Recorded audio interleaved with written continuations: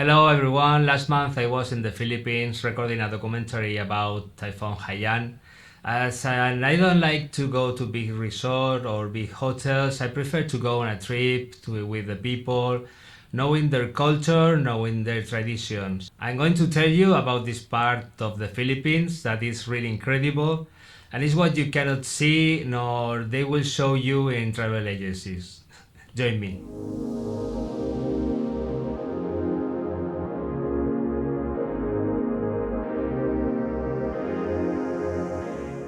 After about 20 hours of flight, you will arrive in Manila, the capital of the Philippines. It is a country made up of 7,000 islands in the Southeast Asia, and you will have to endure 32 degrees and 80% humidity all year round.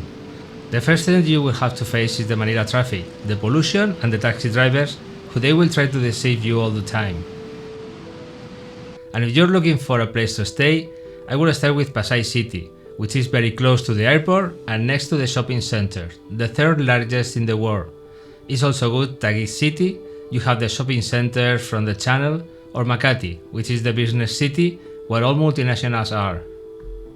A note before you go out on the street, the sun rises very early, at 5:45 in the morning and set at 6 in the afternoon. In the Philippines they start working very early. As you can see, the ultraviolet index is extreme, so don't be surprised to see people with umbrellas or long sleeves even at 32 degrees. And we are going to start the tour at Mall of Asia, the third largest shopping center in the world, where you will find all the luxury stores and entertainment areas with cinemas and theater. Plus, you will surely find on weekends full of Chinese citizens who come here to shop on these luxury stores. And the next place you cannot miss is Rizal Park, and don't forget to visit the Chinese garden and the Japanese garden, they are incredible. And we enter historic Manila, visiting Intramuros, the walled city that houses the Manila Cathedral and Fort Santiago, built by the Spanish Miguel López de Legazpi, and where the Filipino hero José Rizal was imprisoned before being shot on 1896. It is important that you know that in 1521, the Portuguese explorer Ferdinand Magellan arrived in the Philippines and took possession of the islands as a colony of Spain until 1898, the year in which it passed into the hands of the United States.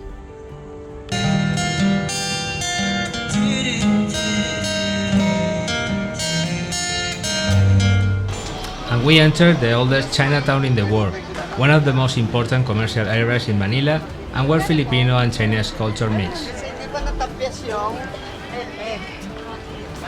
And because so much shopping we have become hungry, let's try the famous chicken in Asal, and they don't use knives. You eat with a fork and a spoon. And like a good Filipino, after eating we can go to Manila Bay. It is right next to the Mall of Asia, and it is a promenade several kilometers long where all people go for a walk and take a coffee day and night.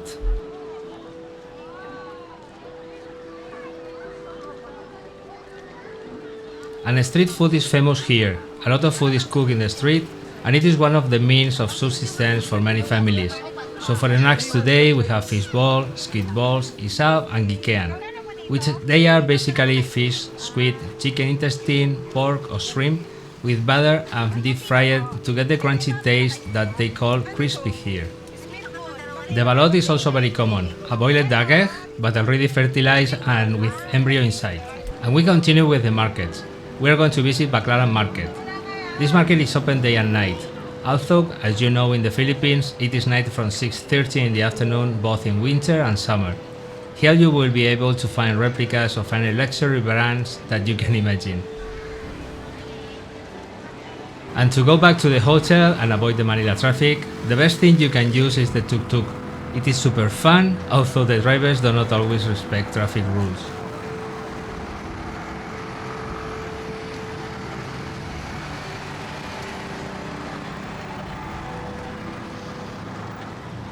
Another place you can visit in Manila is the Oceanographic or the Star City Amusement Park. As you will see, Manila is full of amusement parks, history, culture and places to visit. But we are going to move a little deeper into the culture of the Filipino people. And just a few meters from the large office buildings, we see the reality of Philippines, a country that has a minimum salary of 140 euros, a life expectancy of 69 years, and where both healthcare and education are private. And from early in the morning, we can see people on the street, working or looking for a way to survive, because many of these people only eat if they have the money to buy food. This, together with the fact that all schools are private, means that many children are forced to work to help the family economy. So the workday begins with the sun rises and ends late at night. This makes it easy for you to find people eating, resting or sleeping on the street.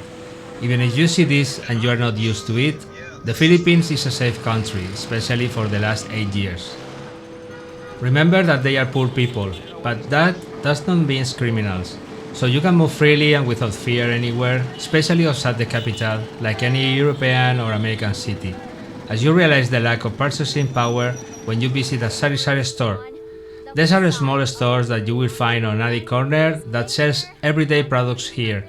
You will see things like detergent, toothpaste or shampoo all sold in a single containers, and this is another means of survival that they have in the Philippines.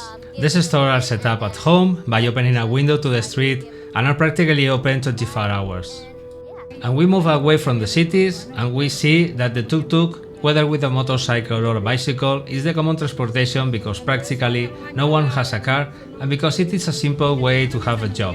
In fact, you can see people getting up to travel just 100 meters and thus leave a few coins for the driver who don't have another way for living. You also quickly realize that the largest vehicle always have preference. In a country with 7,000 islands, boats are very abundant and are used to transport people to deliver food and water to remote areas, as in the case of this boat, but also for fishing, other means of subsistence for a large part of the population. Here they live a simple life, with luxuries but very much with family and usually with many children, between 6 and 8. Everyone collaborates with the family economy and enormous efforts are made so that the children study. In fact, it is quite common to see teenagers in secondary because not every year there is money to pay for a school. In small towns or barangays, like they call them here, whoever can have animals is already guaranteed food, like this buffalo leg to make soup, because here everything is used. They could teach us a lot about circular economy and recycling. Here we live in reality without great aspiration. Expenses are reduced by essential minimum, the money is dedicated to food and what is left over for the education of the children. And despite all the difficulties they face in their daily lives, they are very religious people, mostly Catholic, and you will notice it by the amount of church, cathedrals and religious monuments that you will see anywhere, like this Virgin of Mercy in Calviga, or the Palo Cathedral visited by Pope Francis in 2015, 2 years after Typhoon Haiyan, and which I talk about in another video. And after Mass, there is time for leisure. And if we talk about entertainment, karaoke wins by far. It is rare for the house that does not have karaoke and brings together friends and neighbors in front of the microphone. But also sports like volleyball or basketball are famous among the youngest. But apparently, there are some children's games that are universal. Also this year, Lato Lato is in fashion, a game that will destroy your nerves. And obviously, going to spend the day at the beach with kilos of food and drinks is another of the entertainment in a country that has 36,000 kilometers of coast. You usually pay a symbolic amount to access the beaches that have services such as tables, toilets, fresh water and garbage collection. But if the beaches are incredible, nature is another level.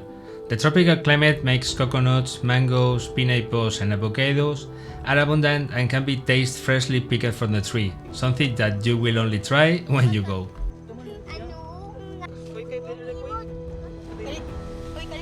And another entertainment, although less orthodox from the Western point of view, is cockfighting. It is a tradition with 6,000 years of history and is practiced both amateur and professionally in large stadiums and million-dollar bets.